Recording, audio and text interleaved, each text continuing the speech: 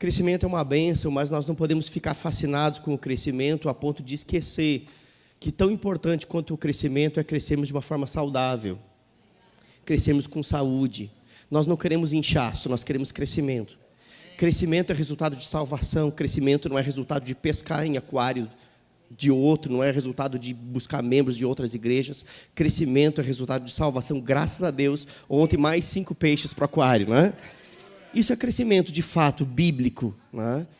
E nós queremos crescer, queremos sim, mas queremos crescer de forma saudável, de forma que nós possamos permanecer no mesmo ritmo, sempre, constante. A Bíblia diz que nós devemos ser firmes, mas também constantes. Agora, queridos, é interessante que as coisas que serão faladas hoje, elas são melhores do que remédio. Olha só, o que é remédio? Remédio você toma quando você está doente, é ou não é verdade? Mas uma vacina você toma de forma preventiva, é ou não é? Você toma vacina para não ficar doente. Então, o que vai acontecer hoje, não fica pensando assim, o pastor veio com uma correia para dar na gente. Não, queridos. Nós estamos sendo vacinados. Deixe-me dizer uma coisa, eu sou membro da igreja que eu pastoreio. Eu sou a ovelha número 1 da igreja que eu sou pastor. Né? Então, o que serve para você, serve para mim. E nós seremos vacinados hoje pela palavra de Deus, para que nós não precisemos tomar remédio lá na frente.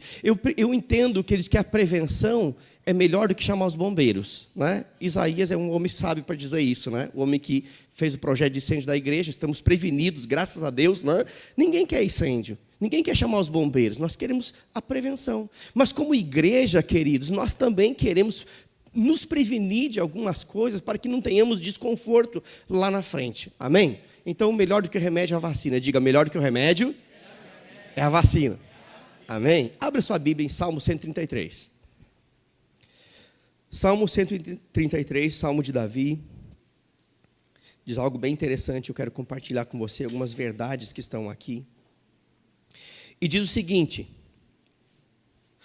como é bom e agradável viverem unidos os irmãos. É como óleo precioso sobre a cabeça, a qual desce para a barba de Arão, e desce para a gola de suas vestes. É como o orvalho de Hermon, que desce sobre os montes de Sião. Ali ordena a sua bênção, ali ordena o Senhor a sua bênção e a vida para sempre. Quero que você entenda algo. Quando a Bíblia diz ali, ela não está falando de um lugar específico, ela está falando de uma condição. Ela está falando de um princípio. Se você estiver naquele princípio, ali tem bênção. É isso que a Bíblia está falando. Não é que é lá, eu já sei, entendi. O pastor vai fazer uma campanha para a gente ir para Jerusalém. Não, querido. Se você for, é uma bênção. Eu também quero ir, mas não tem nada a ver com isso, não. A bênção de Jerusalém está aqui também. Amém? Amém? Aleluia. Está falando de um princípio. Se você estiver ali, dentro do princípio, ali existe uma bênção. Amém? É como aqueles jogos de futebol americano, né? Eles lançam aquela bola, né, meio oval. É interessante que o jogador, muitas vezes, ele nem está lá. Mas ele precisa correr para lá para pegar. É ou não é verdade? Porque a bola vai cair naquele lugar. O que eu estou querendo dizer com isso, queridos, é que nessa noite nós vamos aprender aonde vai cair a bola de Deus. Agora precisamos correr para lá. Precisamos estar no lugar certo, na hora certa, para nos apropriar daquilo que Deus está querendo nos dar. E isso só vai acontecer se nós andarmos dentro do padrão da palavra de Deus. E a Bíblia está dizendo aqui, queridos, que viver em união é bom e agradável. Ele começa dizendo como é bom e agradável viverem unidos os irmãos. Somos irmãos, somos a família da fé. Mas a Bíblia diz que é bom e agradável. Aqui a definição de bom e agradável significa sem peso. Sabe, queridos, muitas vezes eu já fui pesado para a igreja, graças a Deus não nesses últimos anos, estou falando de muitos anos atrás. Na verdade, eu gostava mais de ficar em casa do que ir para a igreja, porque era tão pesado aquele ambiente. Mas isso era resultado de uma desunião que havia naquele corpo. Era algo pesado, nós saímos daquele ambiente pior do que quando entrávamos. Era algo terrível. Agora, a Bíblia está dizendo que quando vivemos em unidade, vivemos em união, é bom e agradável. Isso significa sem peso, esta é a definição. Agora é interessante, queridos, que está dizendo aqui que os irmãos é que devem andar unidos. E a palavra irmãos aqui é a palavra hebraica que significa filhos de um mesmo pai. Sabe de uma coisa? Eu e você temos um único Pai. Somos filhos do mesmo Pai.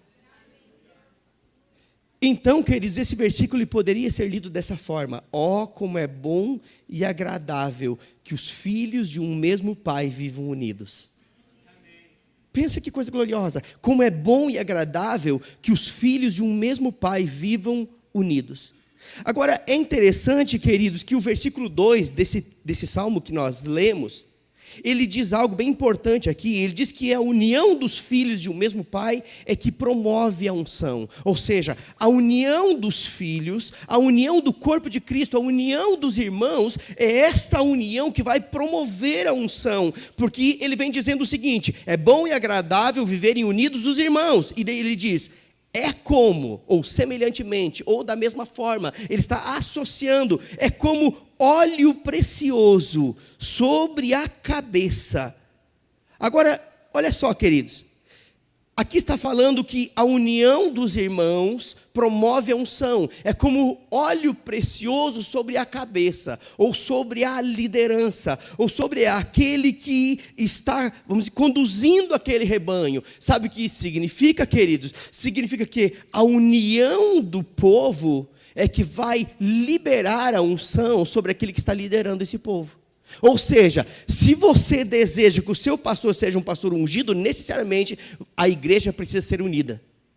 É como se a igreja unida promovesse a unção, jogasse para a liderança e a liderança jogasse de volta para o povo. Ah, que pastor ungido! O pastor só é ungido se a unção estiver no povo. Se o povo anda em unidade, ele promove a unção na coletividade.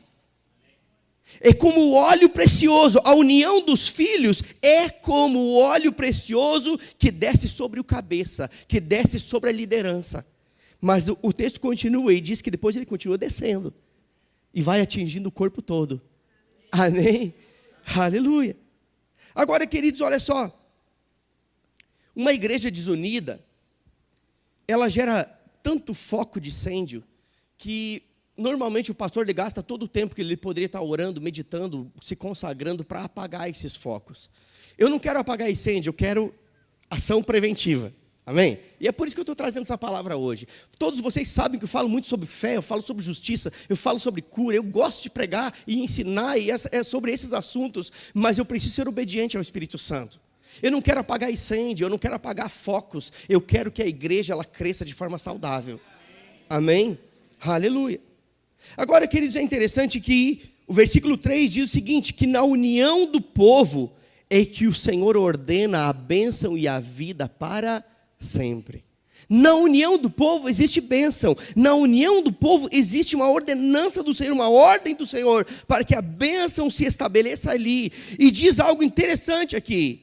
Diz o seguinte, é como o orvalho de Hermon, que desce sobre os montes de Sião. Ali ordena o Senhor a sua bênção e a vida para sempre. Mas é bem provável que muitos aqui nem sabem o que é Monte Hermon. E eu quero explicar um pouco para você, porque existem algumas curiosidades bem interessantes aqui sobre o Monte Hermon. O Monte Hermon é o mesmo monte da Transfiguração. É o monte onde ali aqueles 3 discípulos, eles estavam ali, viram Jesus transfigurar-se, né, e falaram, Senhor, é tão bom estar aqui, vamos construir 3 tendas. Lembra desse texto? É esse monte aqui, é o Monte Hermon, mas esse Monte Hermon, ele fica na fronteira norte de Israel e ele tem aproximadamente 2.800 metros. Umas pesquisas dizem um pouquinho menos, outro um pouquinho mais, a média 2.800 metros de altura, mas o cume desse monte ele é coberto de neve. E quando essa neve ela se derrete com o calor do sol, ela promove um efeito pluviométrico. Essa neve se derrete e ela rega as terras de Sião, ela irriga as terras de Sião. Ou seja, a neve do monte derrete com o sol durante o dia, a água escorre e ela então tem essa ação de irrigar as terras. Além disso, nesse monte, no Monte Hermon, é a nascente do Rio Jordão, o rio ao qual Jesus foi batizado. Né? É nesse monte que o Rio Jordão nasce. Agora, é interessante que o salmista ele associa Hermon com a união dos irmãos da igreja. E ele diz, é como o Monte Hermon. Olha o que diz no versículo 3. Acompanha comigo. Olha o que diz aí. É como o orvalho de Hermon. Do que ele está falando aqui, gente? De união, diga união. O salmista está falando de união. E ele diz que a união do povo, ela é como o orvalho de Hermon, que desce sobre os montes de Sião, e ali ordena o Senhor a sua bênção e a vida para sempre. O que esse texto está dizendo é que sem Hermon, Sião seria um deserto, porque Sião é regado pelas águas de Hermon, tanto as águas que são da nascente do rio Jordão, como as águas que descem pelo derretimento das neves. Sem Hermon, Sião seria um deserto. Quando o salmista faz uma associação com a união do povo, a unidade do povo, ele está dizendo que sem a união dos irmãos, a igreja vive um deserto. Está entendendo aonde estou querendo chegar? Agora, queridos, veja bem, o próprio Deus, ele reconhece o poder de um povo que anda unido. Ele reconhece que a unidade de um povo torna aquele povo poderoso. E nós encontramos isso lá em Gênesis capítulo 11. Gênesis capítulo 11, eu vou parafrasear para você. Mas são os descendentes de Noé. E eles tomam uma atitude. Eles dizem o seguinte, Gênesis capítulo 11, versículo 4 até o 6, diz assim: Vinde, edifiquemos para nós uma cidade e uma torre, cujo cume chegue até os céus, e tornemos célebre o nosso nome, para que não sejamos espalhados por sobre a terra, ou por toda a terra. Eles tinham um propósito: construir uma cidade, edificar uma cidade forte, construir nessa cidade uma grande torre cujo cume tocasse os céus, para que o nome deles fosse célebre e para que não fossem espalhados por sobre a face da terra. Versículo 5 diz: Então desceu o Senhor para ver a cidade e a torre que os filhos dos homens edificavam, e o Senhor disse: Eis que o povo é um. Sabe o que Deus está dizendo? Ei, o povo está unido. O povo está aliançado, o povo está andando no mesmo propósito. Eis que o povo é como se fosse um só. E todos têm a mesma linguagem. Até esse momento não havia inglês, espanhol, português, francês. Havia uma língua. A confusão das línguas veio a partir dessa situação. E diz o seguinte: eis que o povo é um, o povo está unido e eles têm a mesma língua, ou seja, fica fácil eles dialogarem, conversarem, estabelecerem propósito, porque eles se entendem muito bem. Isto é apenas o começo. Agora, não haverá restrição para tudo o que intentarem fazer. Sabe quem disse isso? Deus disse isso. Deus disse para aquele povo: ei, o povo é um. O povo está unido, eles falam a mesma língua. E por causa que esse povo está unido, não haverá restrição, não haverá impossíveis para tudo que eles intentarem fazer. O que está errado nesse texto aqui? O que está errado aqui, que não é no texto, na verdade, é na atitude desse povo. A união, tudo bem, é um princípio bíblico, mas a proposta, ou o propósito, ou a intenção era errada. Este povo que estava unido tinha um propósito errado. E a Bíblia diz que o propósito deles era fazer o nome deles célebre. Vamos construir uma cidade fortificada, e vamos estabelecer aqui uma torre muito alta. A torre, naquela época, no contexto daquela época, queridos, a torre era o símbolo de poderio de um povo, era o símbolo do orgulho de um povo, era o símbolo do esforço humano daquele povo. Quanto mais alta a torre, mais forte aquele povo representava. É mais ou menos como aquelas igrejas que são construídas em cima dos montes, normalmente é assim. Não vou falar a denominação, que igreja que é, porque eu não quero ser antiético, né? Mas existe um tipo de reunião, né, de cristãos que as suas igrejas, normalmente, elas são em cima do cume, no ponto mais alto da cidade. Grandes, por quê? Porque ali expressa o poderio. Na verdade, isso é resquício do que está acontecendo aqui, da Torre de Babel. Quanto mais alta a torre, mais forte aquele povo, ele tinha a aparência de ser. E eles tinham um propósito, tornar o nome deles, eles queriam ser conhecidos, eles queriam ser famosos, eles queriam que o nome deles se tornasse célebre diante daquela nação. E depois diz, para que não sejamos espalhados sobre a face da terra. Agora, entenda algo, queridos. Porque o propósito estava errado, porque a motivação estava errada. Deus, ele teve que intervir. Sabe por quê? Porque a ordem dada por Deus em Gênesis 1:28 é: crescer e multiplicar e frutificar e enchei a terra. Diga, enchei a terra. Deus disse, encham a terra. E eles, não, vamos ficar por aqui. Vamos tornar o nosso nome célebre. E assim nós não seremos espalhados. Eles tinham uma proposta errada, uma intenção errada, andar contrário àquilo que Deus havia determinado. Agora, queridos, a consequência disso, o que aconteceu? Deus, ele teve que intervir. Então houve ali a confusão das línguas. A palavra Babel significa confuso ou confusão. Era a torre da confusão que eles estavam construindo ali. Motivação errada. A forma era certa, estavam unidos, mas a motivação era errada. Agora, querido, deixe-me dizer algo para você. Quando um povo ele se une para fazer qualquer coisa, quebrando princípios, vai haver intervenção de Deus. A união do povo tem um potencial. Mas quando o povo se une com o propósito errado, queridos, eu não vou falar aqui, mas começa a vir à memória situações que eu já vislumbrei, eu já fiquei sabendo de grandes potenciais de igreja, mas a proposta era errada, a motivação é errada, e muitas delas nem existem mais. Deus não quer fechar a igreja, Deus quer que cada esquina tenha uma. Mas quando o homem quebra princípios, queridos, Deus ele vai intervir, não tem jeito. Agora, veja bem, queridos, quando o povo ele se une para promover o reino, o alvo principal sempre vai ser as pessoas.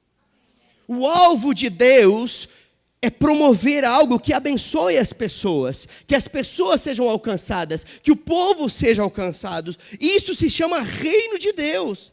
Agora, queridos, dentro dessa proposta de Deus, de uma visão de reino, pessoas, elas são mais importantes do que coisas. Talvez você diga, aí o pastor está se contrariando, porque eu estou vendo, eles estão botando ar. Queridos, tem gente que nos criticou porque tem ar-condicionado na igreja. Eu tenho pena, queridos, eu tenho pena. Eu tenho misericórdia dessas pessoas. Para que ficar gastando com ar-condicionado? Deixa eu dizer uma coisa para você, queridos. Sabe por que nós colocamos um ar-condicionado? Porque no verão passado as pessoas não prestavam atenção no culto. Ficavam se abanando, distraindo. Era tipo pessoas que saíam para o lado de fora passando mal. Quem lembra disso?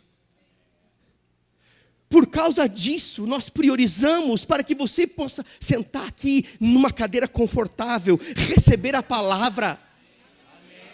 Porque é a palavra que transforma a sua vida. O ar-condicionado não transforma a sua vida, uma cadeira estofada não transforma a sua vida. Mas, querido, isso faz você ficar confortável para ouvir aquilo que muda a sua vida.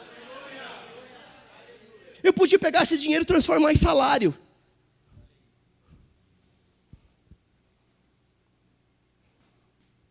E muitas vezes, para que você fique bem, a gente precisa abrir mão de algumas coisas. Queridos, eu quero que você esteja ligado comigo na mesma visão.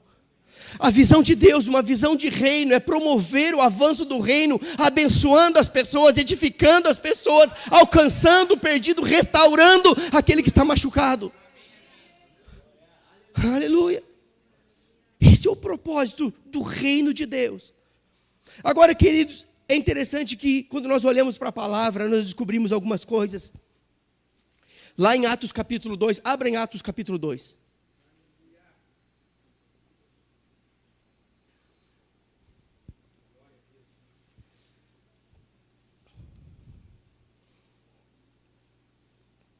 Não é tão bom você estar aqui enquanto seus filhos estão na igreja de crianças?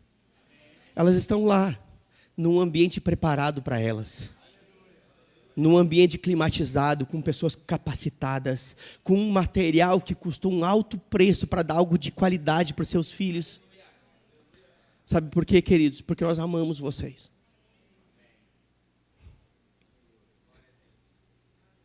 Atos capítulo 2, a partir do versículo 37, eu vou chegar até o ponto que eu quero, só ouça aí. Mas é interessante que Pedro, após a descida do Espírito Santo lá em Pentecostes, ele começa a pregar a palavra de forma ousada, cheio do Espírito Santo, tudo é diferente.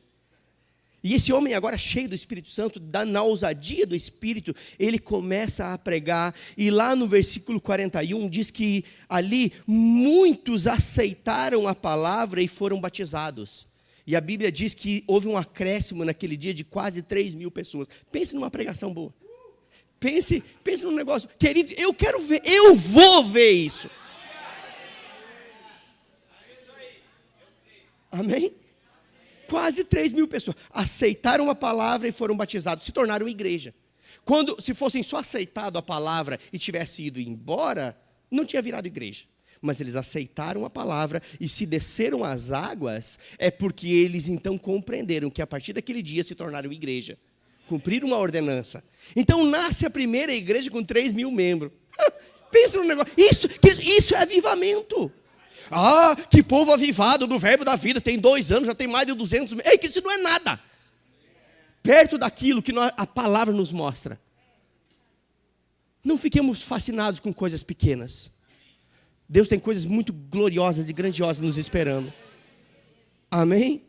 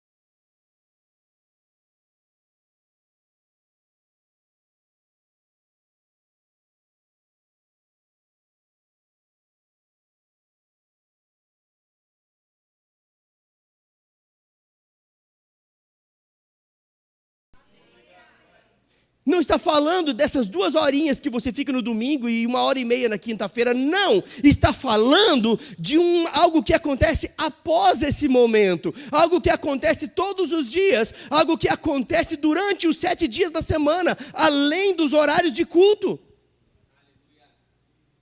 Aí vou fazer uma pergunta que eu não quero que você responda, nem levante a mão. Só olha para frente e faz cara de paisagem. Quando foi a última vez que você convidou um irmão para almoçar na sua casa? O Rodrigo se escapou bem dessa porque ele me convidou ontem. Mas sabe de uma coisa? Você não precisa convidar só seu pastor, não, querido. A igreja não é só o seu pastor. A igreja é a igreja. É a família. Somos todos nós. Qual foi a última vez, querido, que você convidou alguém para fazer um lanche? Eu, sexta-feira, convidei Luciano para tomar um café comigo. E antes que ele botasse a mão no bolso, corri pagar o café, porque fui eu que convidei.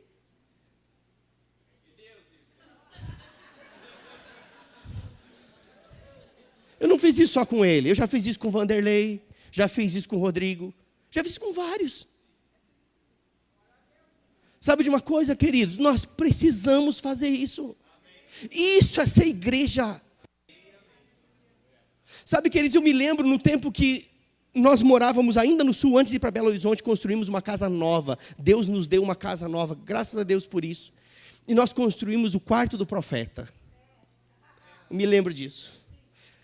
Era um quarto exclusivo para hospedar ministros, pessoas que precisavam, que transitavam pela igreja. E a secretária da igreja, ela só ligava e dizia, Silvio, eu estou mandando aí, fulano. Ela já sabia, nós já previamente falamos, pode mandar. Se a gente comia carne moída, naquele dia era bife. A gente fazia o melhor para eles. O melhor. Me lembro da minha esposa lavando as roupas das missionárias, as malas, parecia um armário desse tamanho.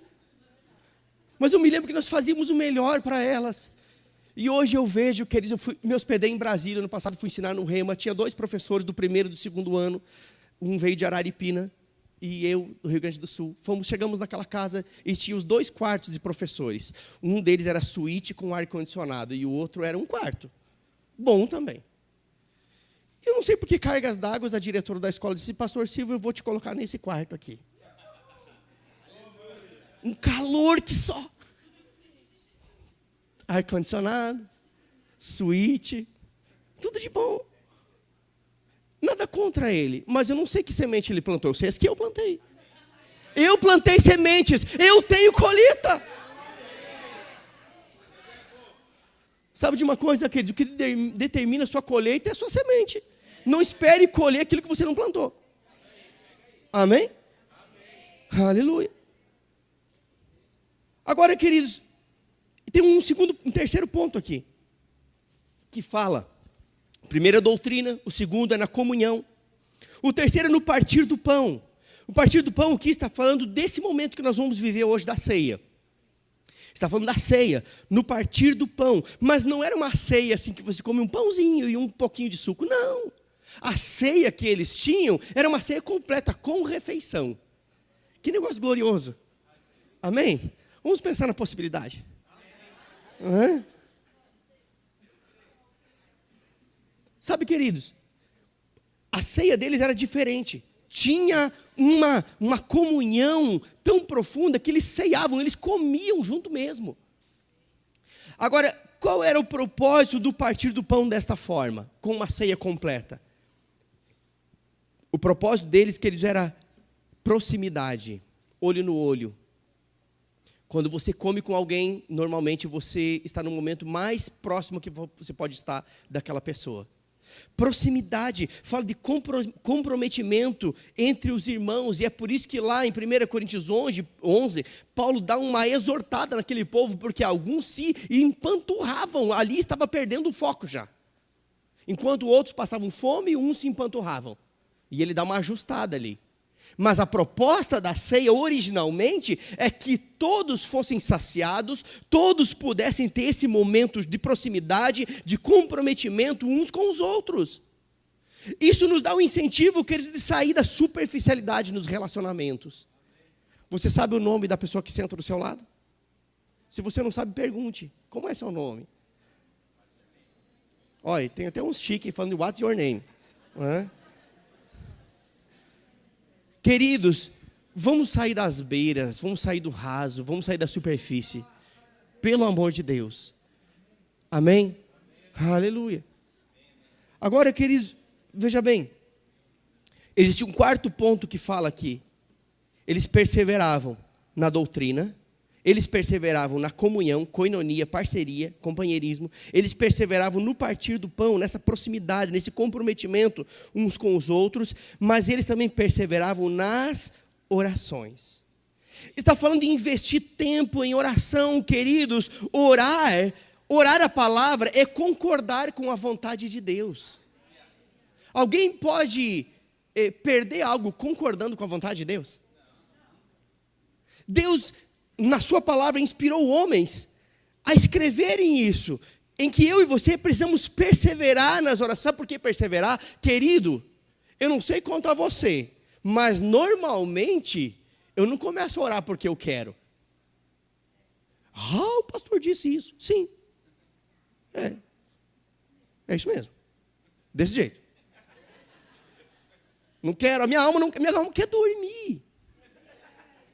Quer passear, quer tomar mate. Mas muitas vezes nós temos que dizer: aquieta-te, alma. E nós começamos a orar, nós empreendemos algum esforço, mas, queridos, chega num momento que nós entramos em velocidade de cruzeiro. Existe um esforço inicial, é como quando um avião decola. Você vê aquelas turbinas a todo vapor, mas quando atinge uma velocidade, aquilo dá uma serenidade. Sabe de uma coisa? Quando você chegar nesse estágio, você não vai querer mais parar. Precisamos investir tempo em oração, queridos. Sabe o que eu acho interessante? Que lá em Atos capítulo 10, versículo 4, apenas ouça, um anjo fala com Cornélio. Você não gostava que um anjo viesse falar com você? Sim ou não? Todo mundo quer, queridos. Agora deixa eu dizer uma coisa, Deus fala com você todos os dias. Fica esperando o anjo, a palavra está aí. Se o anjo vier, é um bônus. Se não vier, tem a palavra. Amém? Mas o anjo veio falar com Cornélio, e sabe o que o anjo disse para o Cornélio? As tuas orações subiram diante de Deus. O anjo chega para Cornélio e diz: Cornélio, as tuas orações, elas subiram diante de Deus. Agora, deixe-me fazer uma pergunta para você. Você me disse que você queria conversar com o anjo. Se o anjo chegasse para você, o que ele iria dizer? Sabe que o anjo poderia dizer: ei, Vini, as tuas orações chegaram diante de Deus. Ou ele ia dizer: Marquian, você não está orando, não tem nada para chegar diante de Deus. É só uma ilustração. O que é que ele ia falar? Talvez o que o anjo vai falar não é exatamente aquilo que você quer ouvir. Agora, se você fizer o que a palavra manda fazer, o que ele falar vai te alegrar. Amém? Temos um momento de oração antes do culto que tinha 4 pessoas. Uma igreja com mais de 200, tinha 4 orando aqui. Não, mais eu e minha esposa. Eu geralmente não fico no grupo aqui, fico nas beiras, porque você tem que atender alguma coisa ou outra. Mas eu sempre estou aqui. 6 horas eu estou aqui, só se tiver algum imprevisto mesmo. Querido, se esforce. Se empenhe, querido. Sabe por quê? Porque você vai ter exatamente aquilo que você busca com intensidade. Talvez aquilo que você veio buscar no culto, você receba no tempo de oração aqui. A Bíblia nos orienta a perseverar nas orações. Agora, queridos, deixe-me dizer algo. O que esse texto está dizendo aqui é que se nós orássemos mais, nós seríamos mais eficazes. Se nós orássemos mais, teríamos mais resultados. Se nós orássemos mais, nós iríamos errar menos, porque na oração nós falamos, Deus fala e a gente ouve. E quando a gente ouve e obedece, a gente erra menos e acerta mais. Amém? Agora, querido, se eu e você orássemos mais pela igreja, mais pela liderança, mais pelos irmãos, ia sobrar muito pouco tempo para reclamar e criticar. Sabe, queridos, muita reclamação e muita crítica é sinônimo de pouca oração. Está sobrando tempo. Está sobrando tempo. E mente vazia é oficina de Satanás. Alguém já disse isso. Não está na Bíblia. Mas é uma verdade. Sobra tempo, Satanás aproveita. Crítica, reclamação. Sabe de uma coisa, queridos? Não existe igreja perfeita. Se existir uma igreja perfeita, quando você entrar, ela deixou de ser perfeita, porque você não é perfeito. Não existe, queridos.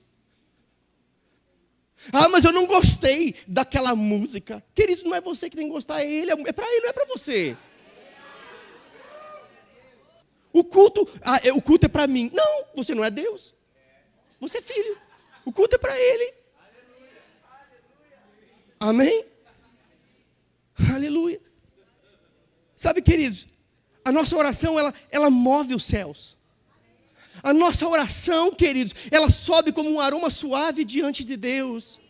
Deus está querendo sentir o cheiro da sua oração. Deus está desejoso. O faro de Deus está procurando alguém que esteja orando.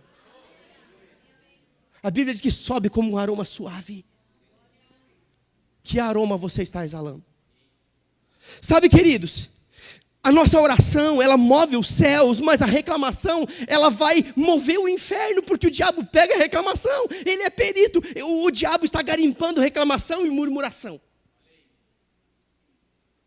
Eu sei de uma coisa, o meu desejo, querido, é mover os céus.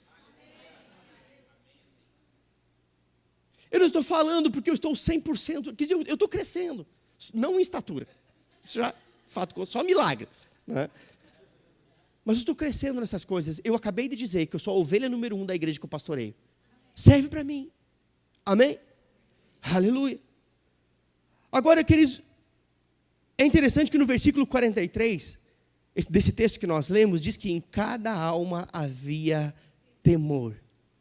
Sabe, queridos, tem faltado temor no meio do povo de Deus. Tem faltado temor no meio da igreja. Sabe, queridos, em muitos casos a igreja passou apenas a ser um lugar de entretenimento. Não é mais um lugar de cultuar a Deus. Queridos, nós investimos aqui em iluminação, nós investimos em decoração, investimos em tudo isso, mas nós não podemos esquecer de uma coisa: isso aqui não é um lugar de entretenimento, é um lugar de cultuar a Deus, mas também de resgatar vidas. E muitas vezes, para resgatar vidas, nós podemos usar sim desses artifícios, não para enganá-las, para atraí-las, entendendo que a palavra vai fisgá-las. Agora, isso não dá liberdade para dar vazão à carne. Igreja não é lugar de entretenimento. Quer entretenimento, vá no cinema. Compre uma pipoca, vá no McDonald's, sei lá. Igreja é lugar de cultuar. Sabe, a palavra cultuar, ela procede da palavra cultura. Sabe de uma coisa? A nossa cultura não é dessa terra. A nossa cultura é a cultura do céu. Aleluia. Aleluia. Vamos aumentar o nosso temor. Vamos crescer em temor do Senhor. A Bíblia diz que o temor do Senhor é o princípio da sabedoria. Se você quer ser um homem sábio, uma mulher sábia, não tem como você ser sábio sem andar em temor. Conhecimento você adquire na faculdade. Sabedoria procede do trono. Versículo 44. Diz que eles estavam juntos e tinham tudo em comum. Eles não só estavam juntos, eles tinham tudo em comum. Sabe, queridos? Todos nós nos alegramos em receber algo. Eu imagino que se alguém chegasse para você, viesse um diácono, viesse aqui, soprasse no seu ouvido: olha, tem um moço aí fora que disse que alguém mandou te entregar a chave de um carro 0 quilômetro, é para você. É bem possível que você ia sair do culto correndo: oh, aleluia, eu vou pegar meu carro, eu orei tanto. Alegria em receber. Mas deixe-me dizer algo para você: quando a alegria para dar for igual à alegria de receber, você está pronto para prosperar. Enquanto você não se alegrar em dar, você não está pronto para prosperar, porque quem não se alegra em dar, só se alegra em receber, é avarento, é miserável.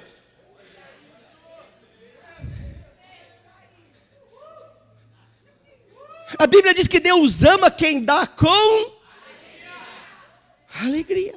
Só dá quem alegria aquele que entende o princípio que melhor é dar do que receber.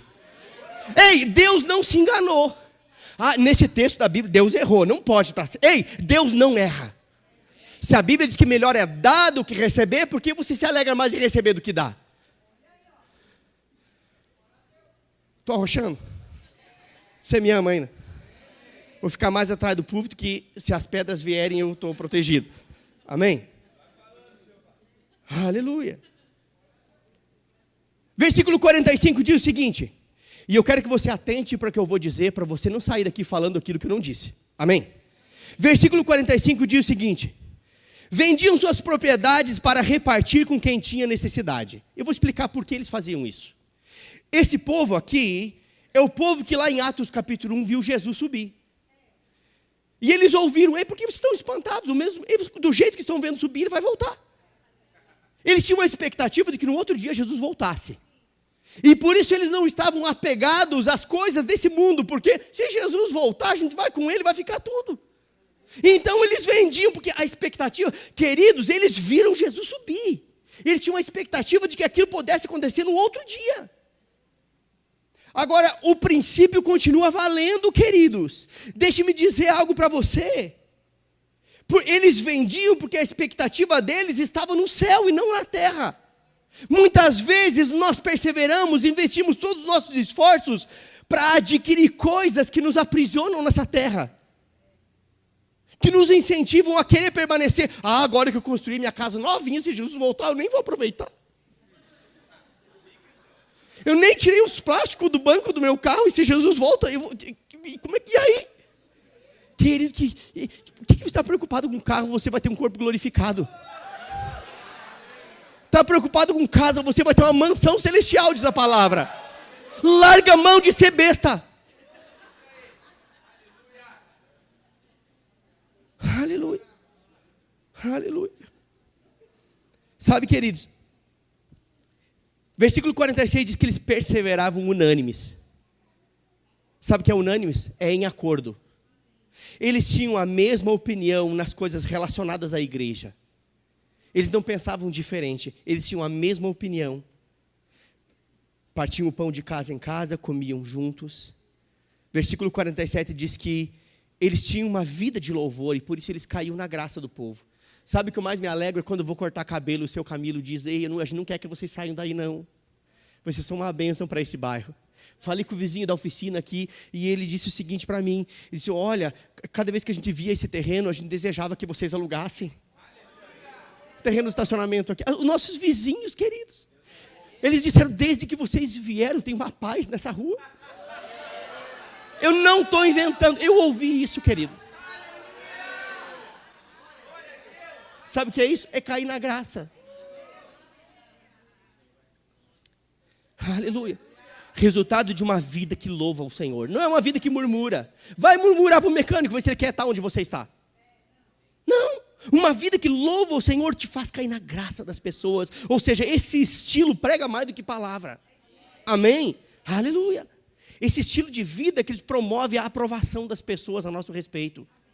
Amém? Aleluia. Sabe, queridos, quando uma igreja ela sair do lugar que ela está, lugar físico que ela está, e os vizinhos não sentirem falta dela, é porque ela não tinha nem propósito de estar ali. Se um dia a gente sair desse lugar para ir para outro maior, eu quero que os vizinhos sintam falta. Oh, que pena, saíram. Agora, queridos, olha só.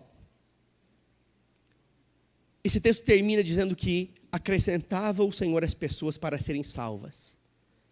Deus, Ele está trabalhando, se nós estivermos dentro do princípio da palavra. Quando a igreja viver essas verdades que nós estamos falando hoje, queridos, então nós estaremos prontos para apacentar aqueles que o Senhor vai enviar. Sabe por que não chegou mais gente ainda? Não estamos prontos. Vamos orar para que 50 se convertam. Quem vai pastorear? Você? Se você quer pastorear, querido, você tem que estar próximo e aprender como. Eu quero que você faça isso. Eu não quero centralizar nada. Meu único problema é delegar demais. Agora, Deus não vai mandar pessoas para ficarem simplesmente esquentando o banco de igreja. Se estivermos prontos para apacentar esse povo, o avivamento vai ser natural. Aleluia. Aleluia. Por isso que o rema está aí. Isso mesmo. Preparar o povo de Deus.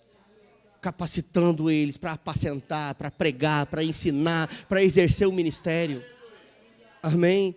Não estou fazendo uma apologia ao Rema não, queridos, mas é a escola, é o centro de treinamento bíblico, é a escola bíblica que mais cresce no mundo. Está aqui em Caxias, na porta da sua casa, e você está esperando o quê?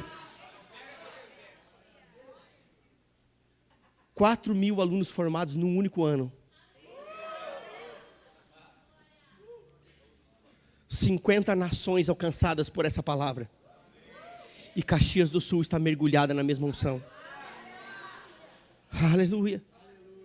Agora, queridos, deixa eu dizer algo para você. Eu quero falar sobre 3 áreas que nós devemos promover essa unidade que eu falei aqui. Rapidamente quero tocar nesses pontos. Nós estamos falando de unidade. Amém? Diga unidade. Unidade versus poder. Amém? Unidade promove poder. Quero falar da unidade na família, porque a igreja, ela é constituída por famílias, formada por famílias.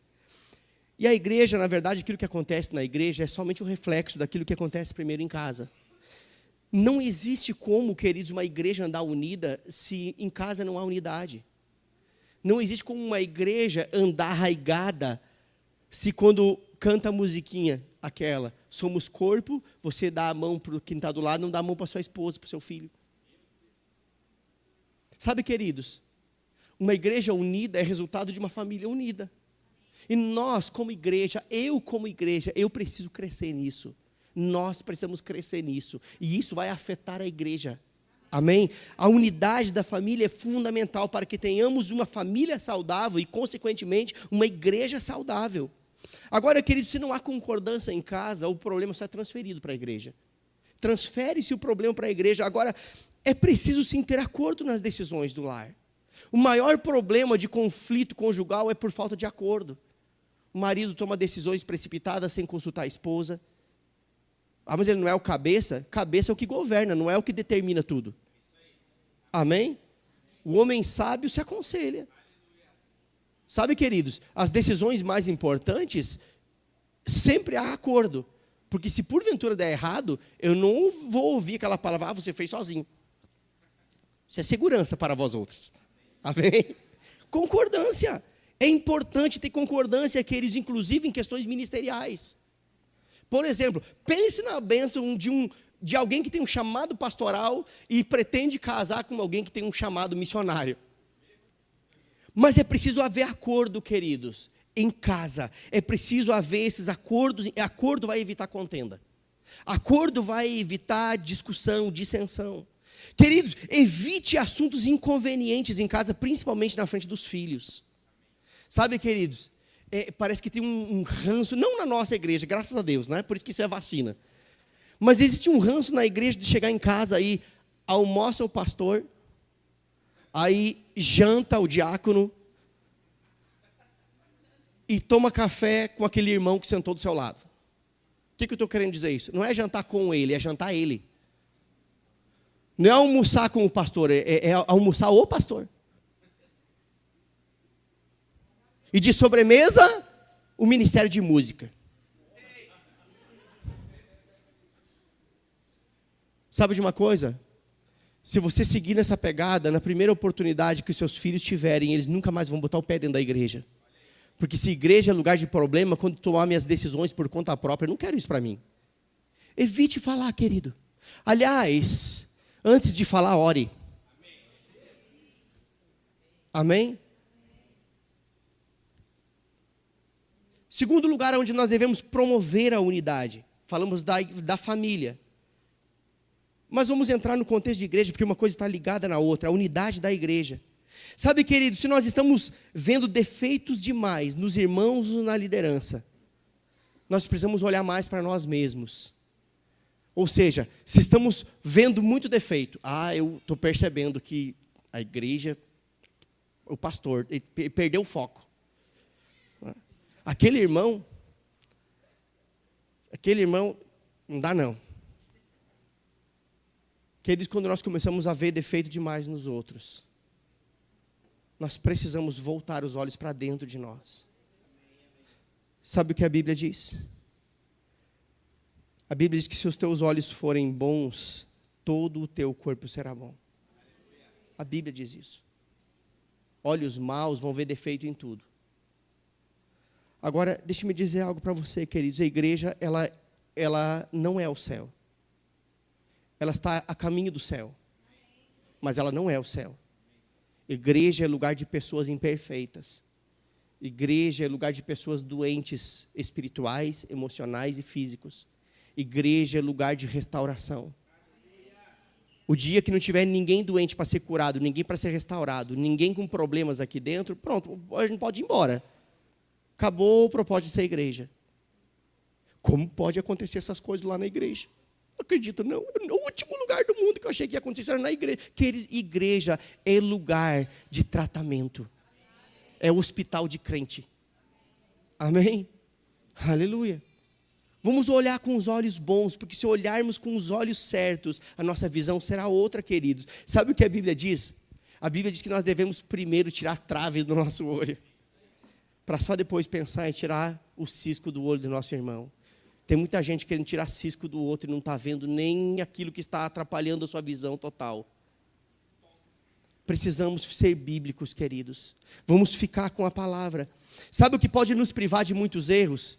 Filipenses capítulo 2, versículo 3 diz o seguinte: que nós devemos considerar os outros superiores a nós mesmos. Sabe de uma coisa, queridos? Eu só sou pastor porque você está aqui. Isso me prova que você é mais importante do que eu. Não existe pastor sem ovelha. Eu me lembro disso todos os dias, Senhor. Eu estava aqui orando antes, na hora do louvor. Grato ao Senhor, Senhor, que privilégio poder estar à frente da tua noiva, à frente da tua igreja, à frente do corpo de Cristo. Que responsabilidade por um homem tão falho como eu. Trazendo à memória, queridos, a responsabilidade. Eu só sou pastor porque você está aqui. Eu preciso considerar você melhor do que eu, superior a mim. Sabe qual é o grande problema? Que muitas vezes olhamos para quem está do lado e consideramos ele, chegou agora. Nem conhece nada da palavra ainda. Não sabe nem achar os versículos ainda. Sabe o que é isso? Carnalidade. Jesus, ele se fez semelhante a nós. Ele se humilhou. Ele chegou à nossa condição com o propósito de nos puxar para cima. Amém? Considere o outro superior a você. E você vai ver, queridos, que os problemas cessarão. Amém? Sabe o que diz a palavra? A palavra diz lá em Romanos que nós devemos nos alegrar com aqueles que se alegram e chorar com aqueles que choram. Não é isso que a palavra diz? Qual foi a última vez que você chorou junto com alguém? Qual foi a última vez que você se alegrou pela vitória de alguém? Chorar com alguém é fácil, queridos. Chorar envolve emoção. Você vai para o cinema ver uma falsidade, porque um filme é falso, é uma invenção, uma história. E você, minha esposa, chora por qualquer coisa. Agora, deixa-me dizer algo para você. Chorar com os que choram é fácil. Mas se alegrar com a vitória do seu irmão é só para aqueles que estão vacinados contra o orgulho. O irmão trocou de carro. Só pode estar financiado. Só pode, deve estar devendo tudo. É só para aparecer. Queridos, a Bíblia diz, se alegre com quem se alegra. Irmão, deixa eu mostrar, eu comprei um carro novo. Oh, aleluia! Glória a Deus, meu irmão, Deus está te prosperando. Ele é seu pai, isso prova que Ele também é meu pai. Se você está prosperando, eu também vou prosperar. Eu me alegro com você. Ei, se você lançar sementes de alegria, você vai colher o resultado se alegrando. É mais difícil se alegrar com a vitória dos outros do que chorar com os outros. E o último ponto que eu quero falar aqui. E talvez seja algo que de fato nós precisamos de algum conserto aqui na igreja. Que é a unidade com a sua liderança. Deixa-me dizer algo para você, queridos. Nós somos uma única igreja. O Verbo da Vida em Caxias é igual ao Verbo da Vida de Recife. É igual ao Verbo da Vida de Caruaru. É igual ao Verbo da Vida de Porto Alegre. Igual o que eu digo, queridos, é porque nós somos uma família. Amém? Mas como igreja local, nós somos uma única igreja e temos uma única visão. Amém?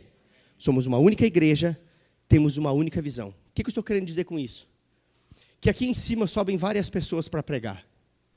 Eu não sou dominador de púlpito, queridos. Eu passei 60 dias sem pregar na igreja esses dias. Não, um mês. 4 cultos. 4 domingos. Não foi 60, não. Foi 30 dias sem pregar na igreja. Eu não sou detentor do poderio do púlpito. O púlpito não é meu. Amém?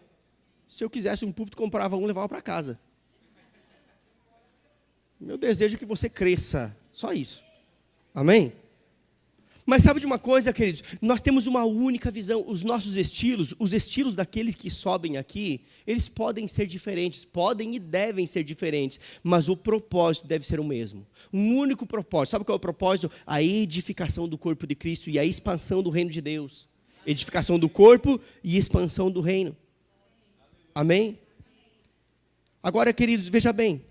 Quando nós escolhemos os nossos ministros. Não, eu só vou no culto se é o pastor Silvio que vai pregar. Não, eu só vou no culto se é o pastor Rafael. Eu só vou no culto se é o pastor Luciano, porque tem manto de Neguébias. Sabe de uma coisa? Se você valoriza mais o ministro do que a palavra, você está invertendo os valores.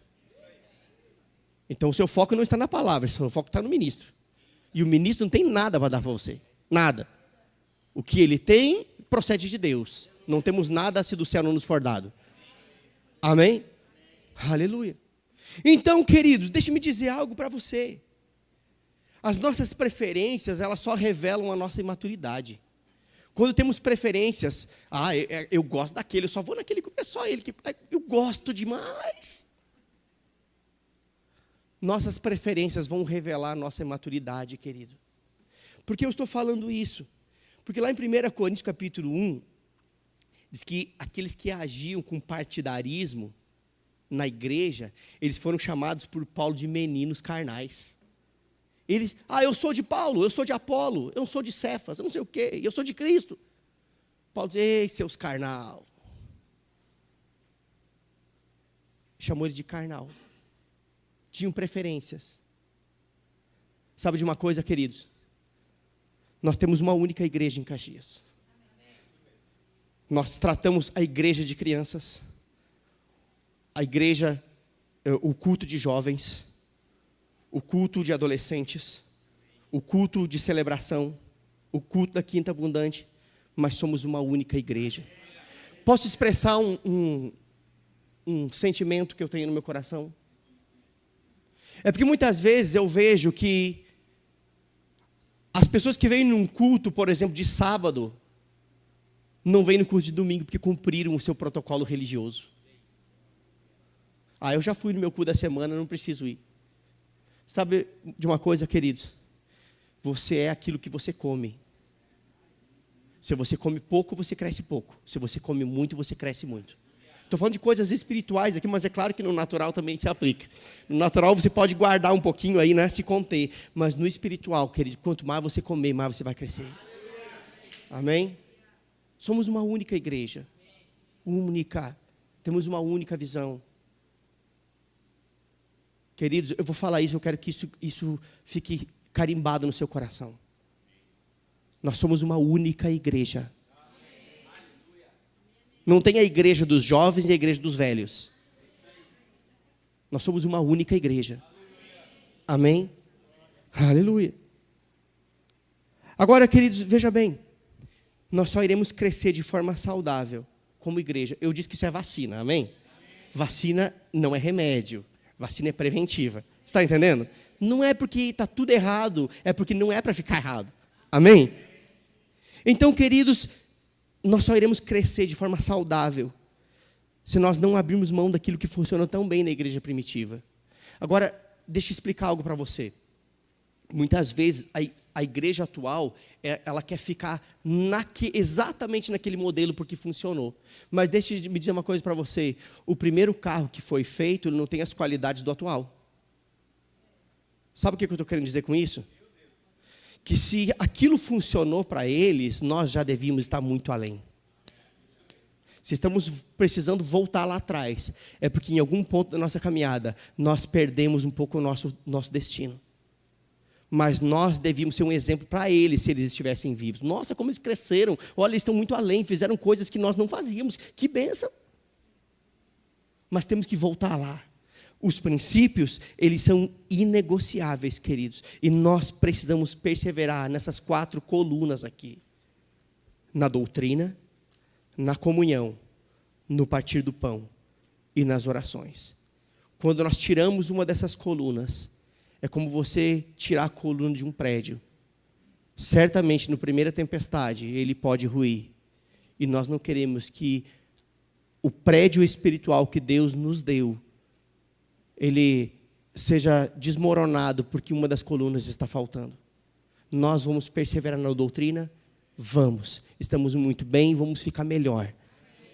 Porque o bom é inimigo do melhor. Tá bom? Vamos ficar melhor. Amém? Mas vamos perseverar na comunhão, relacionamento. Saia da superficialidade nos relacionamentos. Vamos perseverar no partir do pão, no comprometimento uns com os outros, queridos. E nós precisamos, é a nossa coluna talvez a mais fraca da igreja. Precisamos perseverar na oração. Eu espero que domingo que vem tenham muitas pessoas aqui orando. Temos 2 momentos de oração. Todos os domingos, às 18 horas, aqui na igreja, a pastora Decira e Teira estão à frente desse momento, conduzindo o povo a orar. Todas as sextas-feiras, às 10h15, após o rema, tem um momento de oração ali aberto para qualquer pessoa que queira. E esse é o momento de você extravasar, se derramar na presença de Deus. E para finalizar, eu quero que você abra comigo de novo em Salmo 133. Eu quero que o pessoal da música venha aqui. Por favor, abra sua Bíblia, nós vamos ler juntos.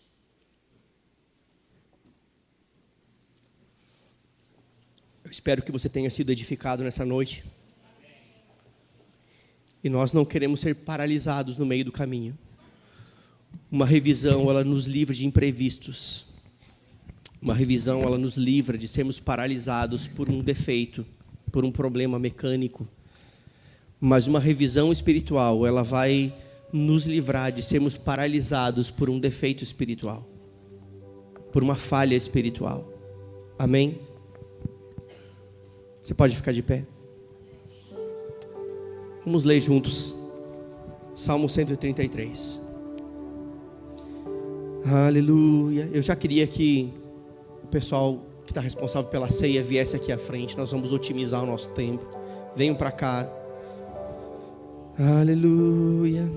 Oh Pai, nós te damos graças, Senhor. Aleluia. Diz o seguinte: ó, como é bom e agradável viverem unidos os irmãos. Ó, como é bom e agradável viverem em unidade os irmãos.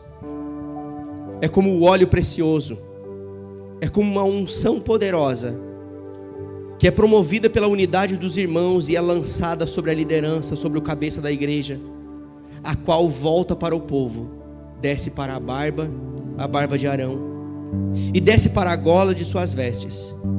É semelhante ao orvalho de Hermon, que desce regando as terras de Sião, para que elas sejam férteis e produtivas e ali haja vida.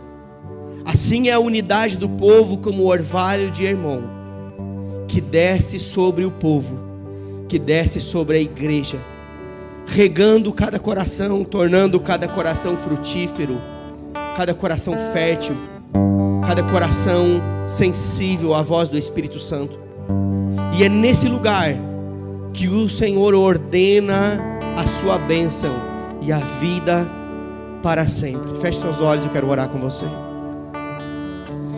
Pai, nós te damos graças nessa noite por essa palavra tão poderosa, Pai, que foi lançada no nosso coração. Sabemos, Pai, que nós estamos nos preparando para um novo tempo como igreja, e nós não queremos entrar nesse tempo de qualquer jeito. Queremos construir a nossa casa espiritual firmada nessas 4 colunas, Pai, para que nós possamos crescer na certeza de que não iremos ruir, de que não iremos perecer por causa de circunstâncias ou de ventos contrários. Eu te dou graças, Pai, porque a tua palavra, ela está vacinando a tua igreja. Eu te dou graças porque aqui, Pai, nesta igreja não há fofocas. Eu sou um homem feliz, Pai, um líder feliz, porque esta igreja não é uma igreja que se entrega a conversas vãs, a conversas tolas, a fofocas. Eu te dou graças, Pai, porque essa palavra ela está apenas nos vacinando, para que em momento algum nós venhamos a ceder a essas coisas. Eu te dou graças, Pai, porque como igreja nós estamos tão perseverantes na doutrina dos apóstolos. De fato, a Tua palavra tem sido pregada e ensinada nesse lugar de uma forma tão pura, tão genuína.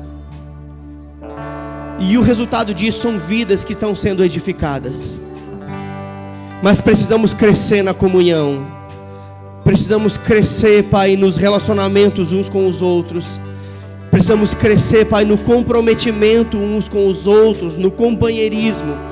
E é isso que vai atrair a Tua glória para este lugar. É isso que vai fazer, Pai, com que as pessoas ao nosso redor percebam que há algo diferente nesse povo. Tem algo diferente nesse povo.